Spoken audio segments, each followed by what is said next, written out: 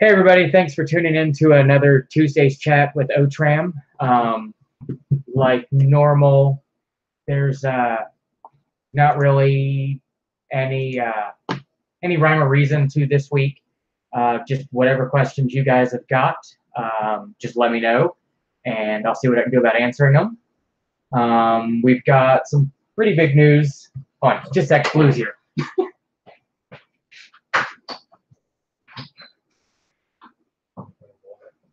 Water. Now you're gonna be on chat. Oh, yeah, my picture's not there. Invisible. No, it was delayed. You're on there now. Oh shit. I probably look like an idiot too. Okay, but yeah, no real rhyme or reason. Just yeah, whatever you want to chat about. We've got some fairly big news. We hired a new person for the office, which you just saw go by because he forgot his water bottle. That was Tim. He's our new part-time office guy. So if you guys call in, email, whatever for scheduling and that, you'll be talking to Tim. And we're also, it looks like we're going to take over the other half of this shop in a couple of months, which will double our space, which will be nice because right now Crash and I, a lot of the time, are working on top of each other. So yeah, it'll be nice. It was a long day today.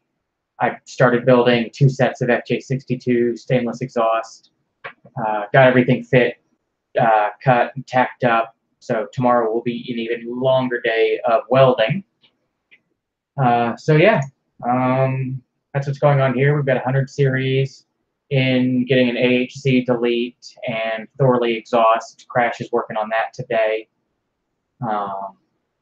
We've got the 3FE 5-speed swap. We started pulling the motor for that out of the donor truck to go into an FJ40. So that'll be an upcoming video series. We shot a little bit of video while we were pulling the motor. But yeah, so that's about all we've got going on. And hopefully you guys can all hear me while I'm just rambling. Every now and then this thing messes up, and I don't see the chat bar going.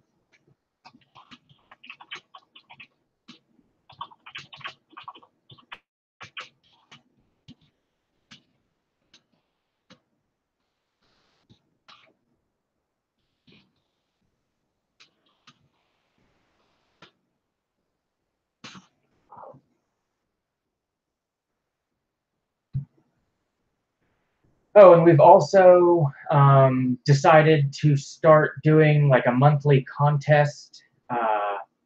So once a month, probably on the first of the month, we'll go through the list of subscribers and just randomly pick a subscriber, and that person will either get an hour-long or an hour's worth of phone video consultation, or if they're local, you know, an hour of labor here at the shop. So if you're not subscribed, subscribe so you can get in on that. We'll probably just use one of those like random number generator things, make a number, and then count that far down on the subscribers list. I haven't really thought far enough ahead to see how that's going to hang. It's been a long day. I'm brain dead. See how that's actually going to work out yet.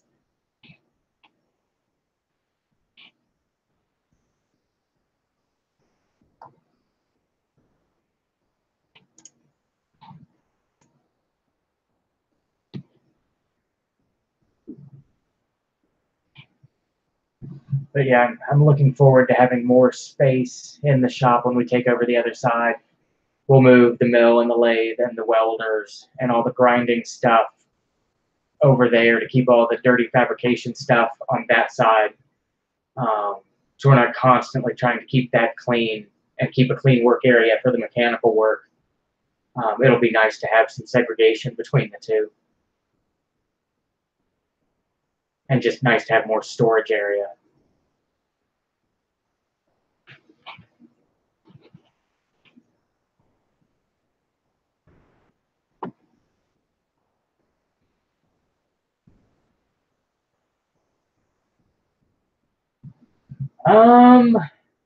78 FG40 that won't idle without the choke.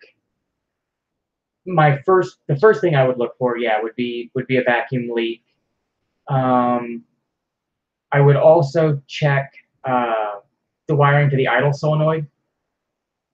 Usually, if that goes bad, then it won't idle, period. But I've seen some where if the idle solenoid is either not working or the circuit's clogged, the choke will bring it high enough in RPM to get you onto the main jets, and it'll run really lean on the main jets, but it will still run. But if it's running reasonably well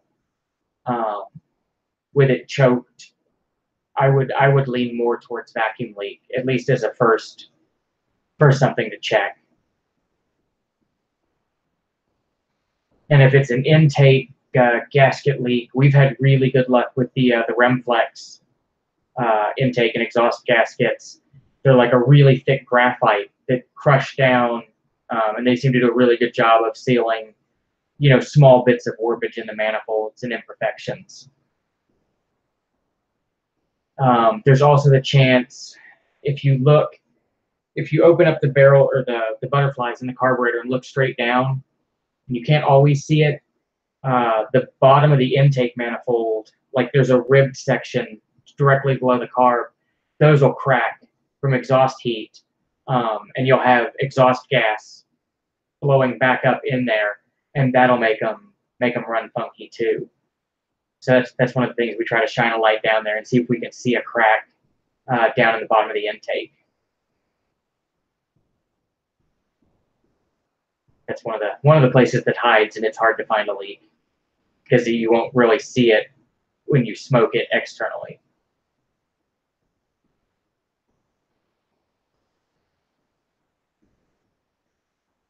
Yeah, tracking down vacuum leaks.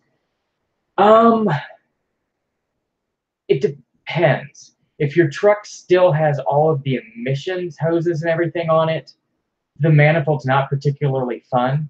But you can kind of, if you're real gentle, you can unbolt the spaghetti of lines from the intake, and you can undo the carb and kind of lay everything over to the side and disconnect a minimal amount.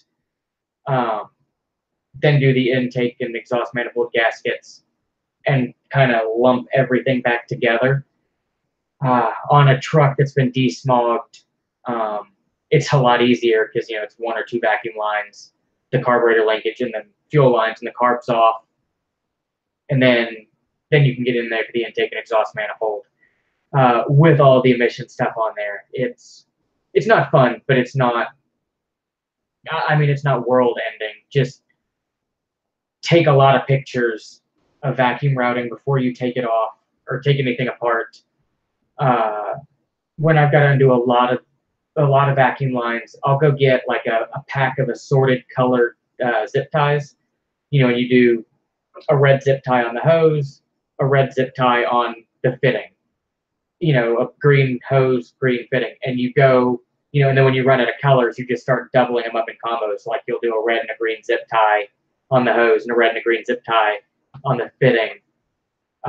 That's worked better for me in the past than doing like paper tags or writing on them with a magic marker, because the zip ties are less likely to get torn off or smeared where you can't see the writing anymore.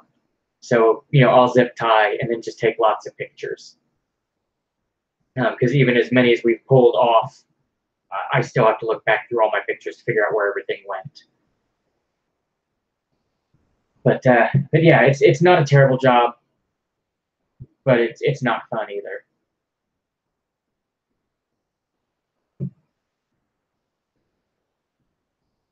Luckily, we don't see many that come through here that still have all of the emissions on them. And if you do take vacuum lines off, try to take them loose on a metal fitting if you can. A lot of the old plastic like valves and that are brittle enough with age that when you try to take the vacuum line off of that end, you end up snapping the little nipple off of the fitting. So whenever possible, take it loose from the steel side. because it's a lot less likely that you'll mess up the steel line. But yeah, hopefully that helps. If you run into any specific questions, just shoot us a comment or shoot us an email at the shop, and we'll see what we can do to answer them.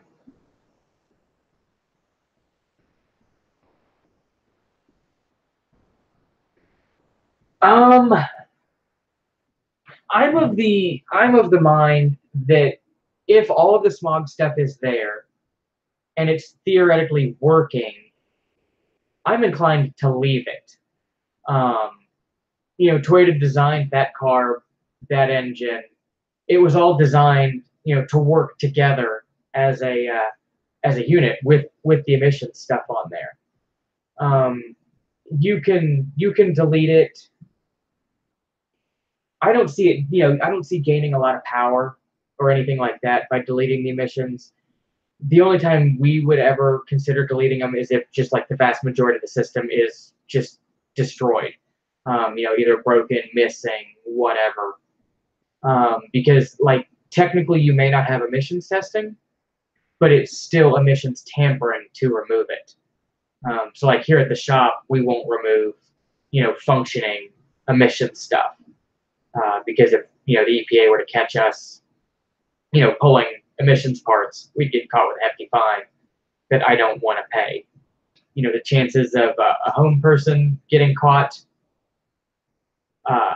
it's probably slim to none, but it's not a chance I'll take at the shop.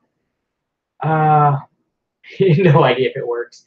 If it's running reasonably well, I would be under the assumption that it's working, or at least not causing problems. It's, without going through and pinpoint testing it, it's hard to know if it's all working. And we rarely even go that far in. It's kind of like, hey, it's all there. It's all hooked up. We're going to leave it be under the assumption that it's all working properly and being happy. Unless there's a drivability problem. And then we'll go in, we'll go in searching for a drivability problem, and we'll start testing based on whatever the symptoms are. But like we just let sleeping dogs lie as far as the emission systems go most of the time. Hopefully that was helpful and not too rambling. I hate dealing with the emission systems, but I can also see that they're there for my health benefit. So I'm inclined to leave them. It's the same as like when we build the exhausts here at the shop. We put a converter on them. Yeah, we could say they're off-road use only and leave the converters out. But the converters are doing something to help the environment and help everybody's health. So we build them with them in there instead of deleting them. Because with modern cats, you're not going to get any great power gain by deleting it.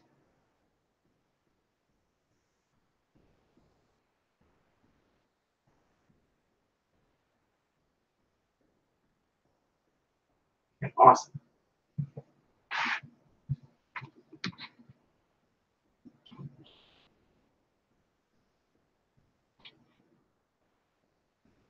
There was something else I was going to talk about tonight, but I cannot for the life of me remember what it was. Hopefully it'll come to me before the end.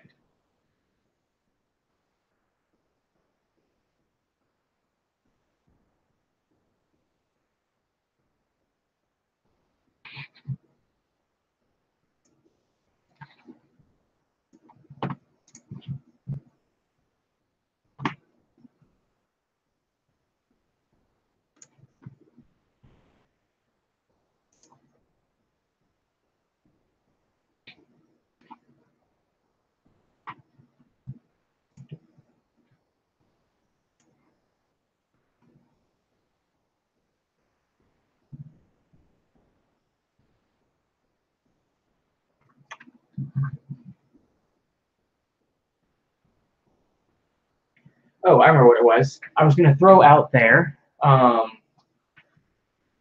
if anybody knows anybody like with reading groups, book clubs, hookups at a library, small bookstores,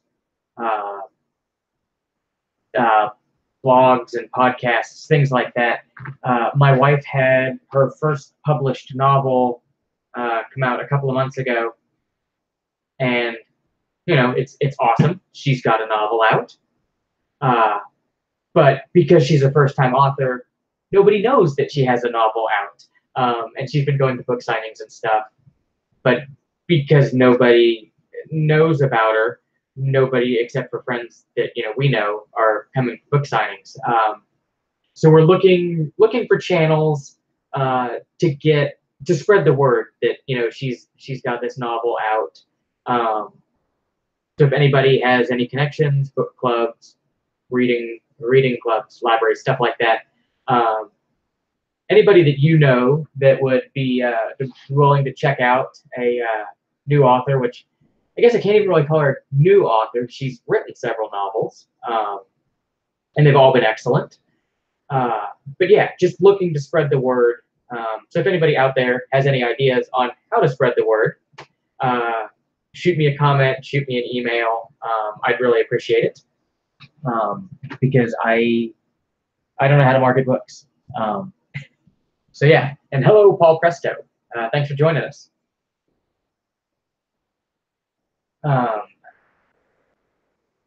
But yeah, it's been fun.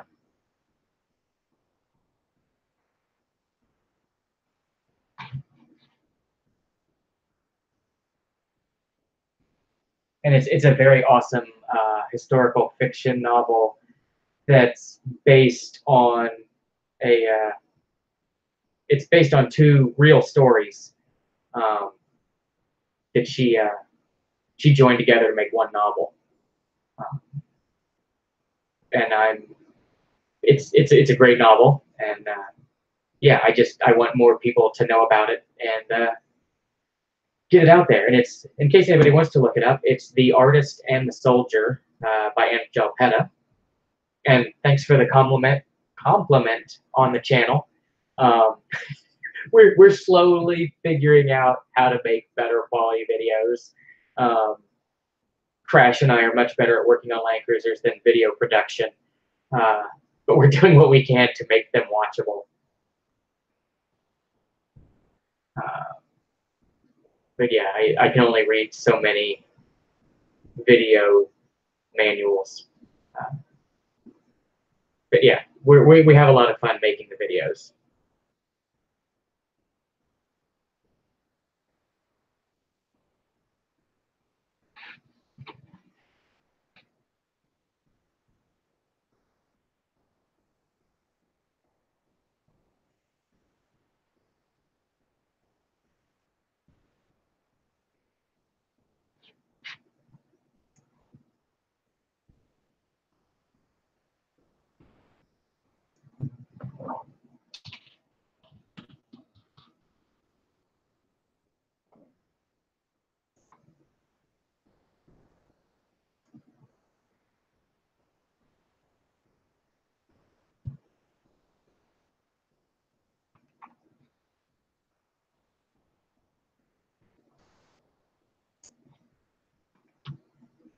Oh, thanks. We did the tour of the shop like when I very first started the YouTube, and I did it on my cell phone, and it was terrible. So we decided to redo one last week. We came in Friday, and it was like, hey, the shop's pretty clean, and there's not parts everywhere waiting to go on a truck. So we should go ahead and shoot a video. Look for a lot of changes coming in the next few months. I'm not exactly sure when, but it looks like we're taking over the other half of the shop. So we're going to do a lot of rearranging and reorganizing, and I'll do videos as we start setting everything back up.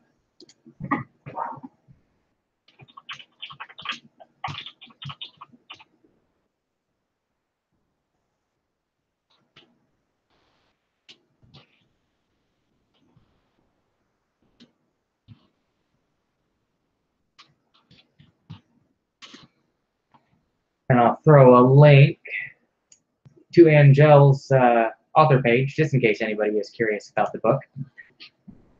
And if you've got time, and if you read historical fiction, definitely check it out.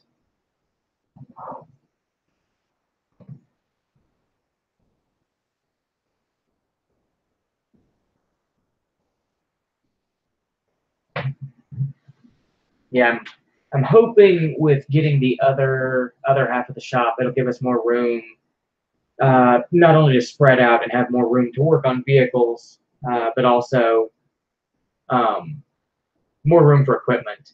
So that'd be awesome. And differences to a 60. The 40 and 60 Knuckle Rebuild are pretty much identical.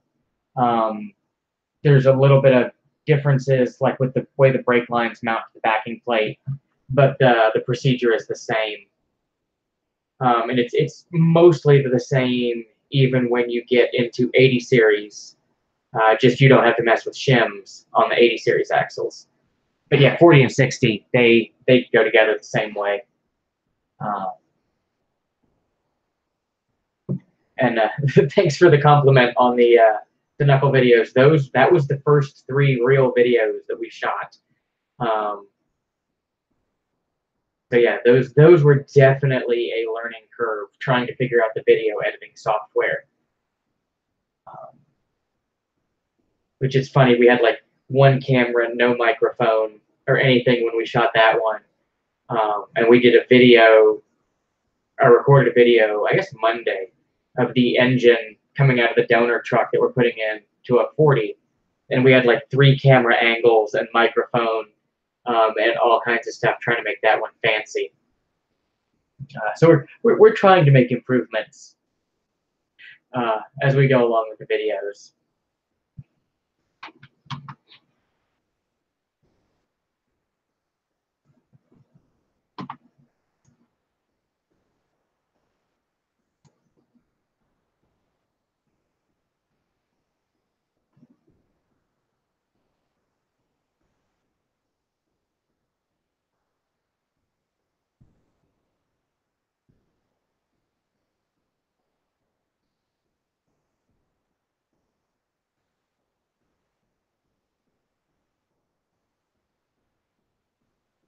Yep.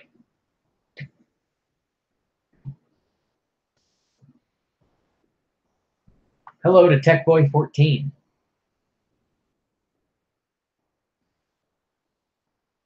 Oh, and I remember the other thing that I meant to talk about today. We finally went over 500 subscribers. So we're halfway to like actually being a legitimate channel in the eyes of YouTube. We've got to have 1,000 subscribers and 4,000 hours of watch time before we're actually like a recognized channel. We've got the watch time, we're just lagging in subscribers. But we're a little bit over halfway there as of this afternoon. So that's like super exciting. So thank you to everybody that subscribed. On Google Hangouts, I think technically this is a Google Hangout. But other than that, I haven't really used it. And is there a way to tell when a timing belt is going? Not really. They put the time and mileage ranges on them because until they get really, really, really bad, even visually inspecting them, you're not going to see anything. And from what we've seen of like the 4.7 timing belts, the idler bearings or the water pump actually start to go bad before the belt itself does. But if the bearings, in the water pump or one of the idlers or the tensioner goes bad enough to seize, you're going to lose the timing belt, or there's a good chance of losing the timing belt as a result. So while you can, pop the upper covers off and look in there and look at the belt, basically you're going to see the belt's still in there. But it's not going to give you a lot of meaningful information because you can't, through the top covers, which are the ones that are easy to take off, you can't really see the idlers or the water pump.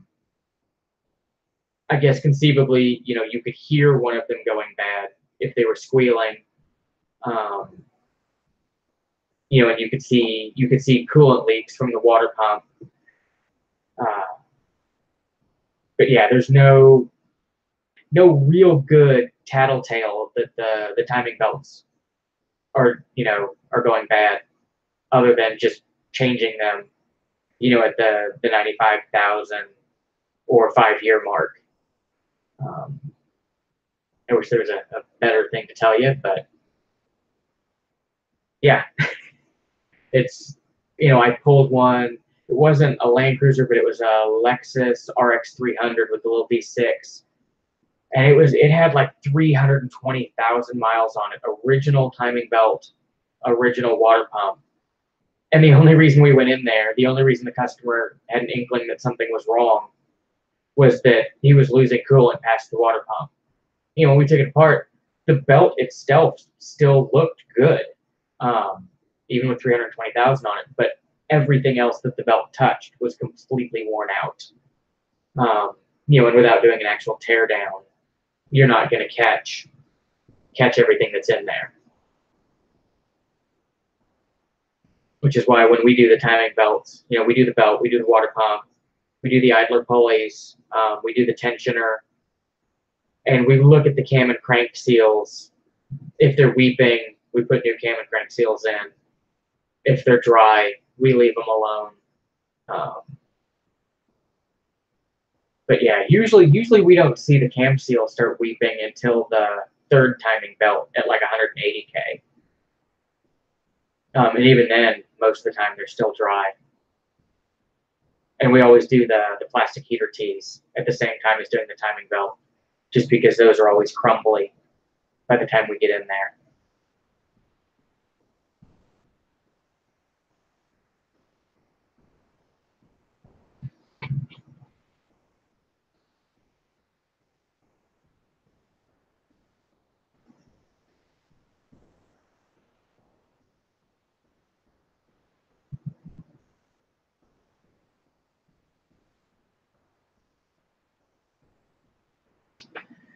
We get asked about used Land Cruisers quite a bit. And, I've thought about, buying used cruisers, fixing them up maintenance wise, getting them back into good shape, and then selling them. The problem is the profit margin that you're going to get. By the time we go through and do all the work, we've likely eaten up any of the profit that you would make, flipping cruisers. And then the other issue we run into is we generally stay anywhere from like 3 weeks to a month and a half booked out, just on service and modification work here for customers. So we just generally don't have the time to go through them and deal with them. It's something I'd like to do.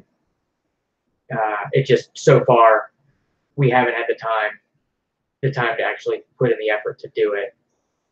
Possibly with having Tim running the office and front shop now, and the fact that we're probably getting the other half of the shop, conceivably that might give us the time, space, resources to start refurbing cruisers and selling them. But yeah, as of right now, we haven't.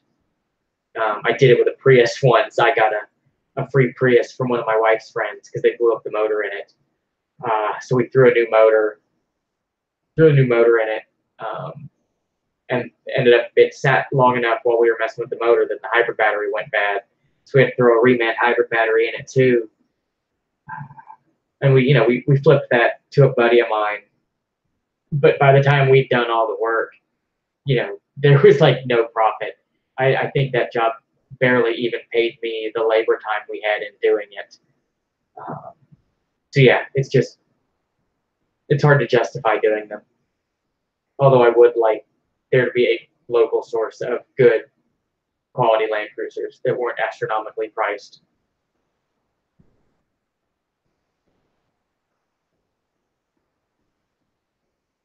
There's a used car dealer up the road from us that tries to get Land Cruisers in a lot, but he's buying like bottom of the barrel cruisers from the salvage auctions. And we've had a couple people bring them by to us for pre-purchase inspections, and they're terrible. They're worse than what you're going to get from a private party. So yeah, I wish there were another option, but so far there's not.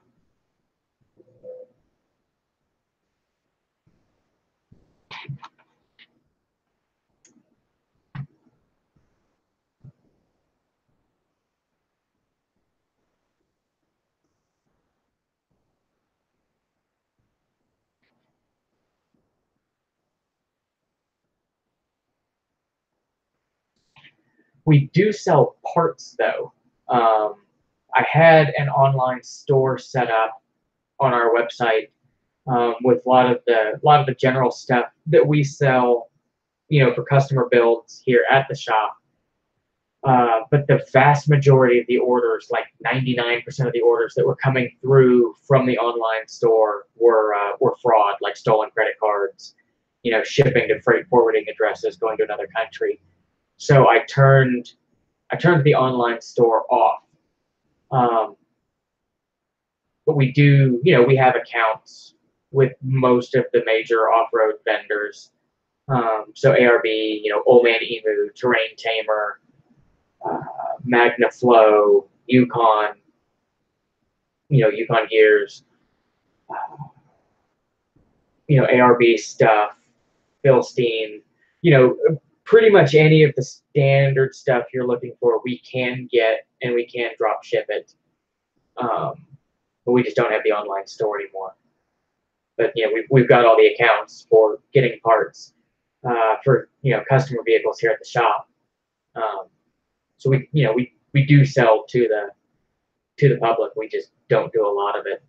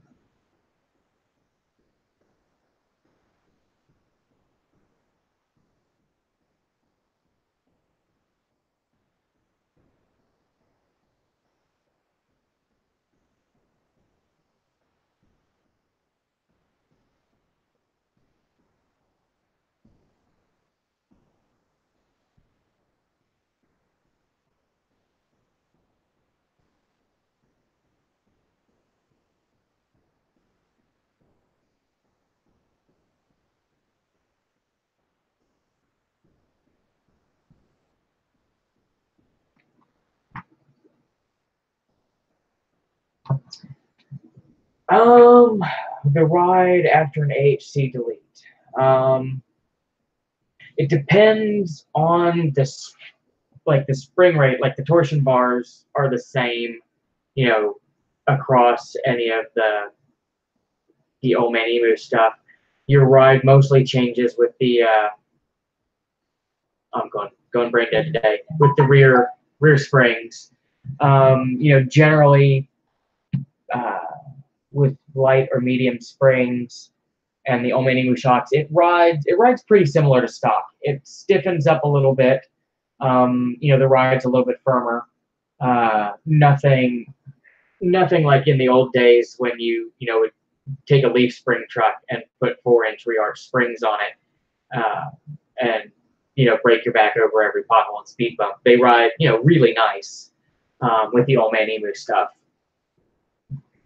I've also heard really good things about the Tough Dog stuff, but we haven't actually had any of that come through the shop yet to know what those are like. But yeah, it's a nice ride. It's not like a firm, jarring ride, and not super soft either. Just good, I guess sportier would be the best way to describe it. And yeah, no problem with the feedback on the diff. Hopefully you got all that back together and running well. I've never done anything with injection pumps. The diesels were, they didn't really come here. We've had a couple through over the last month. We've got a 3B in a 40 right now, and we had a HJ61 maybe a month ago. But we get maybe 1 diesel engine, 2 diesel engines through here a year. We're starting to see more as more people are importing them, but I've never actually gotten into playing with the injection pumps. We haven't had reason to mess with it yet. And I don't have any of the specific tooling to mess with them. I'm not even sure if they take specific tooling. I haven't even looked into it that far yet. But yeah, unfortunately, no experience with injection pumps.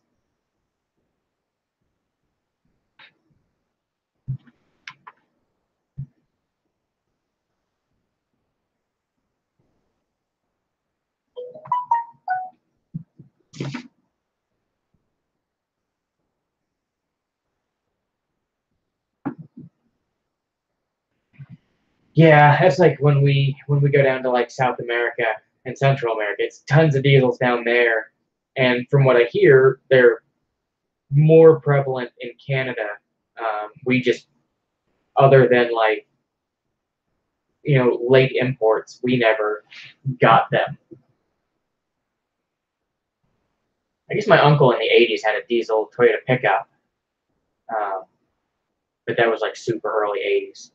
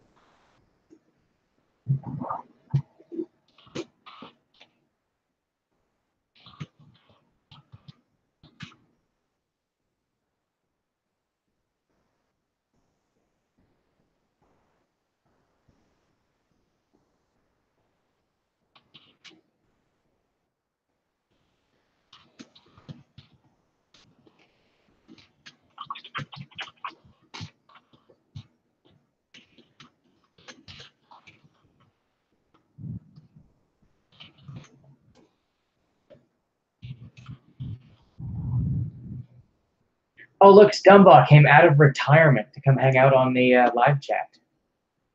Cruiser retirement, not like old people retirement.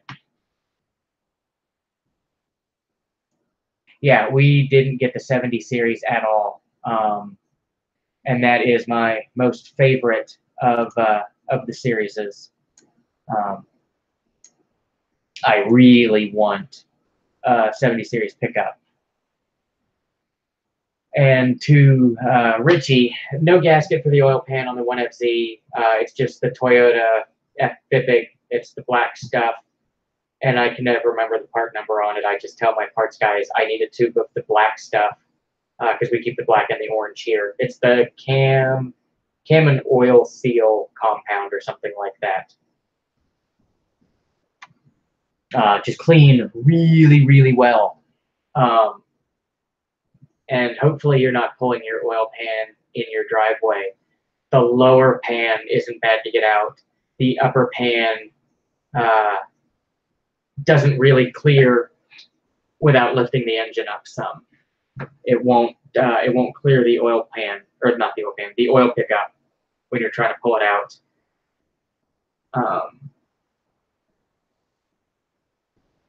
Yeah, the oil pan's not fun. The upper one's not fun to get out. I did that in my driveway before, and I did not enjoy it at all.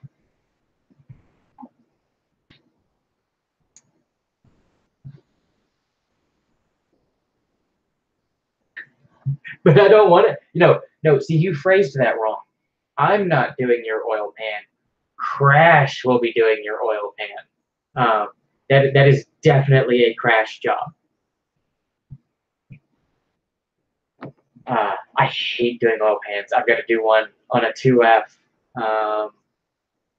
tomorrow or Thursday, depending on how fast I finish up welding all the 62 exhaust pipes.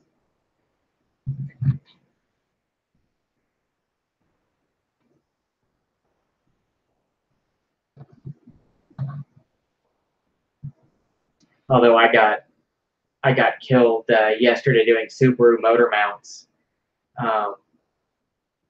while Crash was doing pulling the engine out of the donor truck, and I went home complaining of being sore. And my wife was like, "Well, isn't that what Crash is there for? Give him the painful jobs." And Jailbreak / Richie, I'm not sure why he's in as two different people. 1FC. Bolt that goes through the power steering pump. It's usually not the bolt itself. Those are two studs. It's the O-ring that goes between the face of the oil pump and the back of the timing cover is usually what we see leak. Although if yours has a bolt there, not two studs and nuts, something wonky may have been done in the past. So there may be something funky going on there that would make a leak. But usually we just see the O-ring leak. And it looks terrible to do, but you can take the two nuts off, and you can slide the pump back far enough to get the old O-ring off, put a new one in, and then pop it back in without undoing the power steering lines.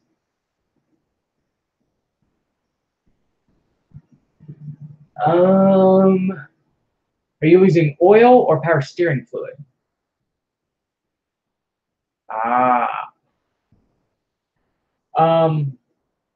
I've never had good luck with the aftermarket reman power steering pumps. We haven't gotten them because I won't order them. We've seen a lot of them come through. They're noisy, leaky. They just don't seem to be up to par. We only put the factory Toyota pumps in. But I would check the banjo bolt for the high pressure line at the pump. Make sure that's tight, and make sure that I'm going dead again. That the crush washers are there. Yeah, Bino. Yeah, because Bino's local-ish to you now. He's in New York now.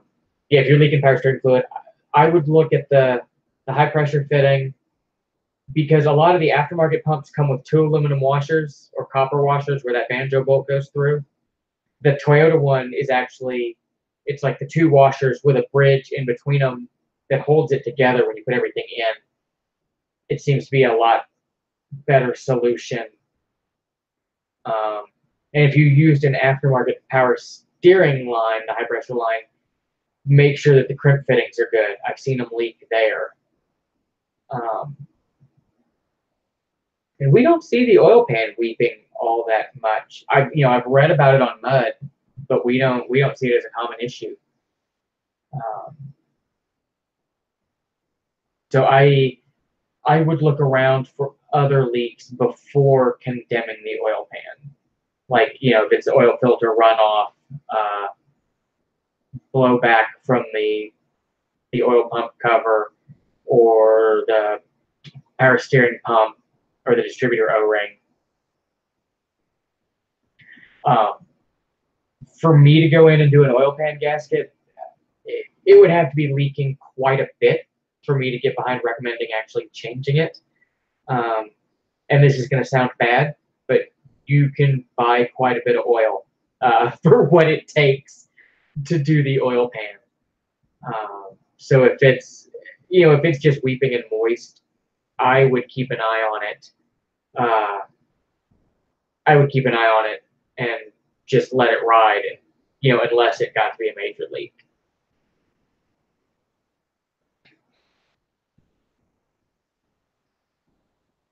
But that's just me.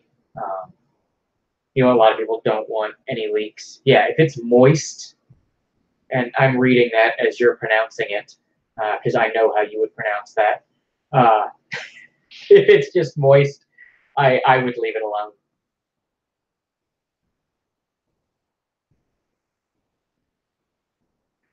Yes, I still have the 200 series skid plates.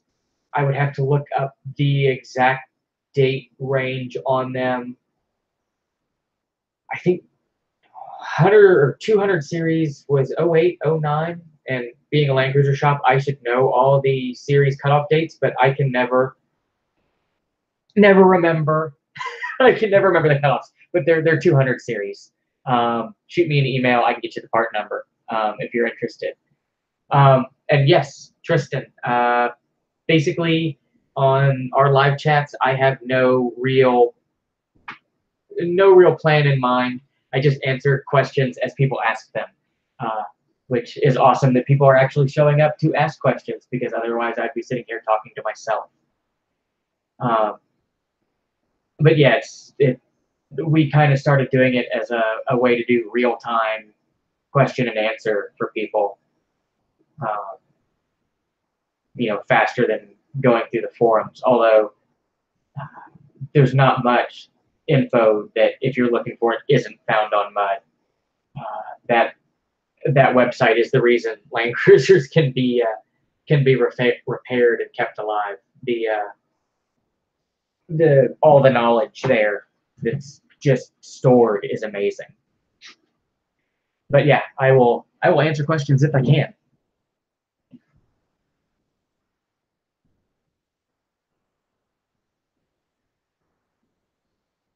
Huh.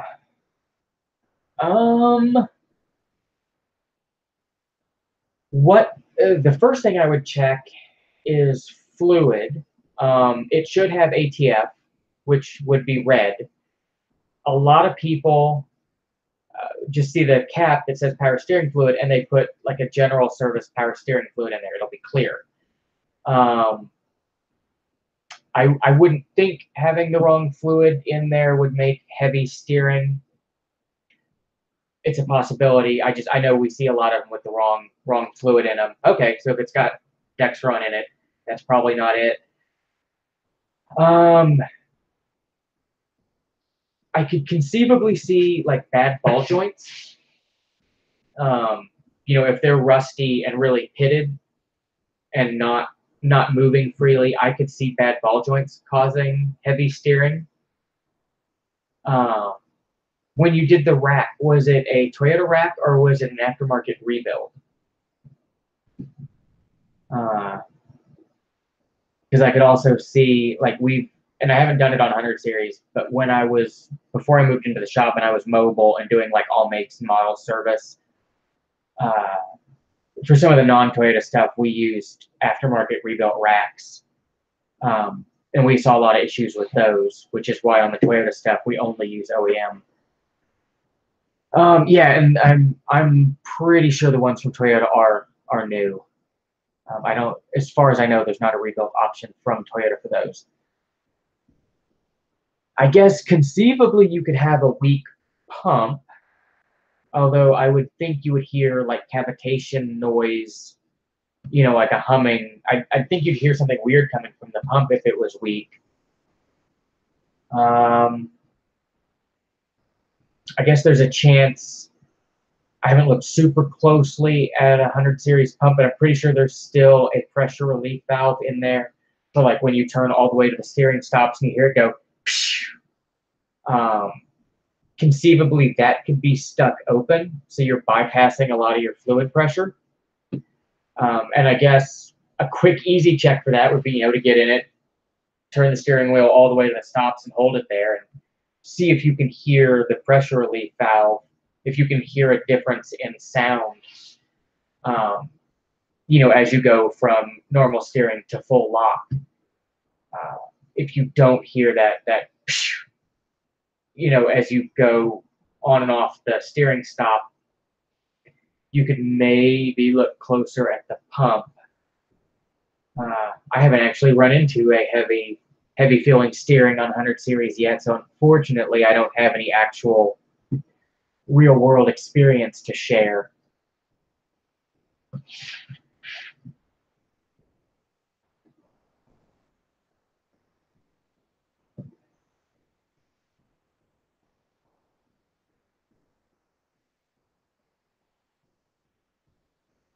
Yeah, I don't know that I was much help. But yeah, I would check suspension joints to see if there's anything funky sticking there, and then then maybe start looking at the pump.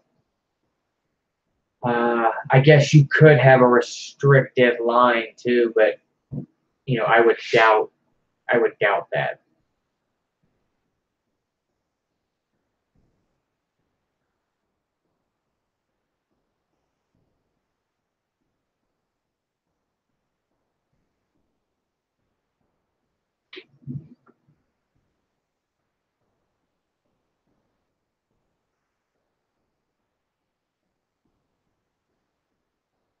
trying to think of anything else I can think of that might cause that. The other thing that it could conceivably be, there's two vacuum lines that go to the back of the power steering pump. And I've never diagnosed this. And I don't know if the truck is using that as feedback. Like on my 22RE, there's a vacuum line that goes to the power steering setup. And when you're at full lock, it knows, it basically idles up the motor.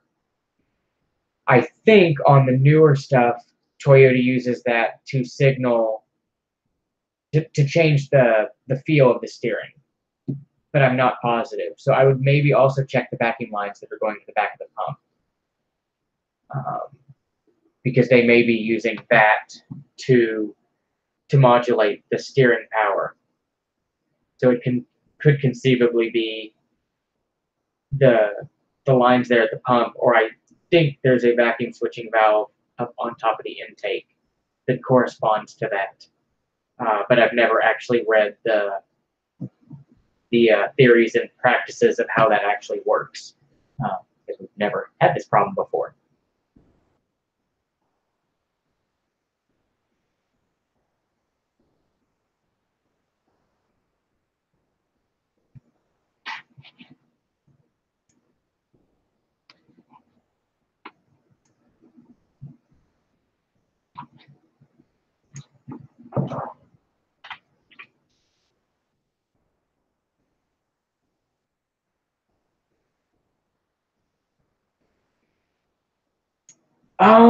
Did the noise start with the new shocks? Or has it been there since prior? There's a lot of places you could be getting squeaks. Any of the control arm bushings, the sway bar bushings, any of that could be squeaking. None of the control arm bushings should be squeaking, because they're all vulcanized, so they shouldn't be rubbing against one another.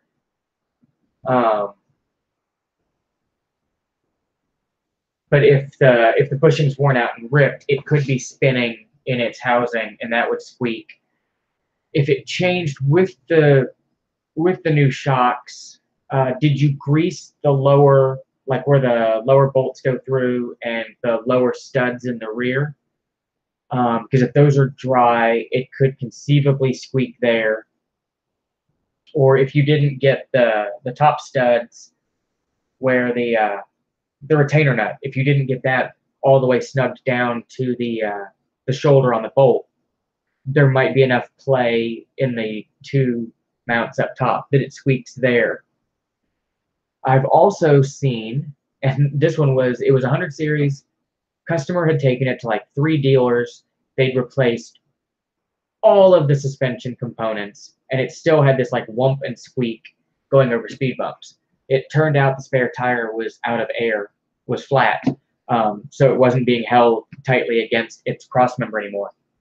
And it was squeaking and wiggling around and bumping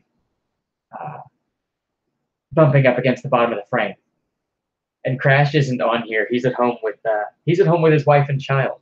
But I will tell him you say hi. I don't know that Toyota did a recall on the Land Cruisers.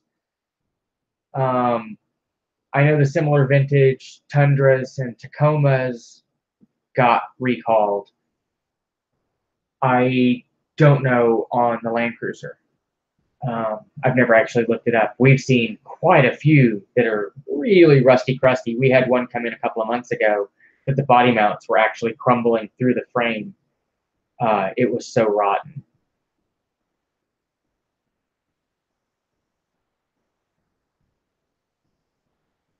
Yeah, not only Midwestern, but East Coast. It seems like anything Maryland north in 100 series land is rusting out. even the ones here in Virginia aren't faring great.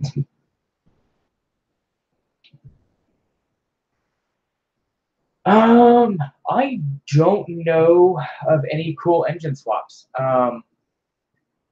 We focus more on like repair, maintenance, that kind of thing. We don't do aftermarket engine swaps like LS1s or diesels. I've toyed around with putting the new Cummins R2.8 in something, but I haven't had anybody willing to swallow the price of one of those yet. I like to keep it Toyota's Toyota. Since you bought a Toyota for the reliability, I like to keep Toyota engines because they're dead reliable. So like we've got an FJ40 here with an F motor in it and an old, I don't know if it's 3-speed or 4-speed. I think it's 4-speed. But anyway, we're pulling a 3FE fuel injected motor out of a 62, combining that with a 5-speed, and then throwing that in a 40.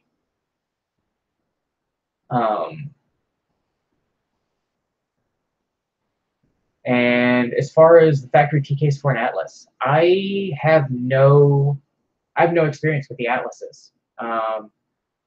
Although if you swap out the factory TKs, you're going to lose your full-time 4-wheel drive in your 80 series, which snow and ice and inclement weather, it's a pretty big plus. If you were doing nothing but rock crawling, I'd maybe see an advantage to that. But for overlanding general trails, I don't see the appeal of an Atlas in that you can get different gears for the factory TKs that now make it a lot more customizable. And I'm probably going to do like a weekly update series on 3FE into a 40 swap. I shot a video of pulling the engine out on Monday, but I haven't actually edited that into anything usable yet. I have not put a 4.7 into an 80. I actually haven't put anything into an 80 except for another 1FZ motor. We just don't swap for swap. We generally don't get a lot into weird swaps, just because we're so swamped with general work that by the time you figure out, like what it would cost us in labor to do it, nobody really wants to stomach the cost of doing it properly. It would be awesome to do more, cool swaps. It's just getting that super awesome patron from heaven that wants to put that much money into something. I honestly don't know. I haven't looked into doing any of those swaps. Rebuilding the stock 1FZ is actually pretty easy still because you can buy an assembled short block from Toyota. So it's a new block, new pistons, new rings, new bearings, new crankshaft, everything all good to go. And then you just rebuild your cylinder head, pop it on top, new timing chain, new gaskets, and you're good to go. I would not try to do an aftermarket rebuild on a 1FZ, like taking it to a local machine shop with as reasonably priced as the Toyota short block is. I don't think you're gonna find that kind of level of detail and precision in an aftermarket machine shop. So we lean towards doing the factory Toyota. The factory Toyota short blocks. We did put one in from a company called Jarco, and that one looked really nice. And it came with a lot of Toyota gaskets and parts, so I would assume the Jarco was a good rebuild. And we did that one, I guess, almost a year ago, and haven't heard anything back about it, so I guess that's good. But I would look at the Toyota short block. And ACC, I don't follow them super close, but they look more familiar with doing engine swaps. So I would try them, and I know they've been bringing stuff in from Australia, at least like the headers and exhaust. So they've probably got a hookup for the parts, but I don't want to put words in their mouths. But yeah, I need to get interns. That would be awesome. Changing rotors on 06. The backing or the dust shields are probably something you're going to have to call Toyota for. I doubt that's going to be an easy to look up off-the-shelf part. You're probably going to have to call your local dealer and tell them you want the dust shields, and they'll look them up for you. I want to say that the short blocks were around 3,000, 3,500. But I haven't checked pricing in a while. And yeah, I know you offered the intern, but we did not have the space. Although we are presumably getting the back half of the shop, so we would have more room for an intern. But then there's also me having the time to watch and train an intern, and my teaching skills being very lacking. So yeah, while the idea of an intern is great, I don't know how I would actually deal with having an intern.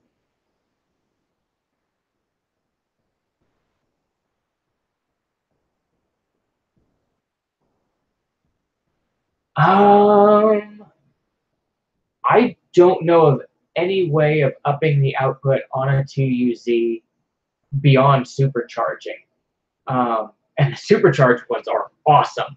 I've done a couple of them, and man, they really go. I haven't really done any looking for it, but I haven't seen a lot of aftermarket as far as power adders for the 2UZ.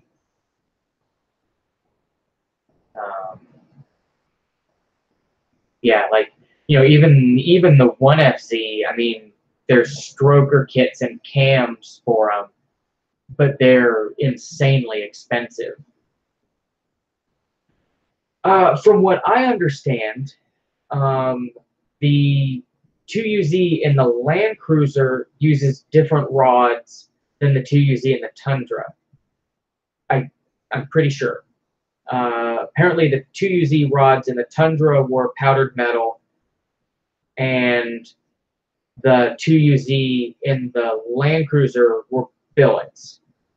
I could be completely wrong, but I'm pretty sure I read that in the past when I was looking it up, that the rods were different between the two. And I believe that's why at least part of probably why they discontinued that supercharger, is because they were having trouble with it on the Tundra. I haven't heard of anybody having problems with it in a cruiser version, but I also don't follow that part of the forums super closely.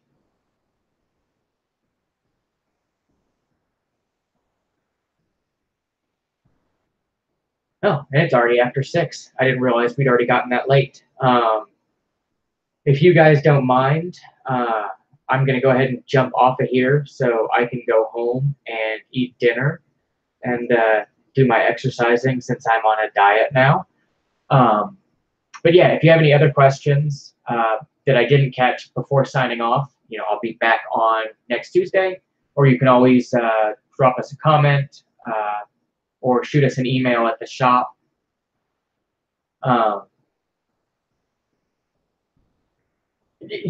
like to eat. Yeah, it's time for my dinner. But anyway, if you haven't subscribed, please subscribe. We're shooting. We're trying to get to the 1,000 subscriber threshold. We just passed 500 today, which was super awesome. But we still have 400-ish to go. So we've got a long ways to go. But yeah, I'm gonna jump off of here for now and stop rambling. But yeah, please subscribe, and we'll be back next week. I'll talk to you guys later. Thanks for tuning in.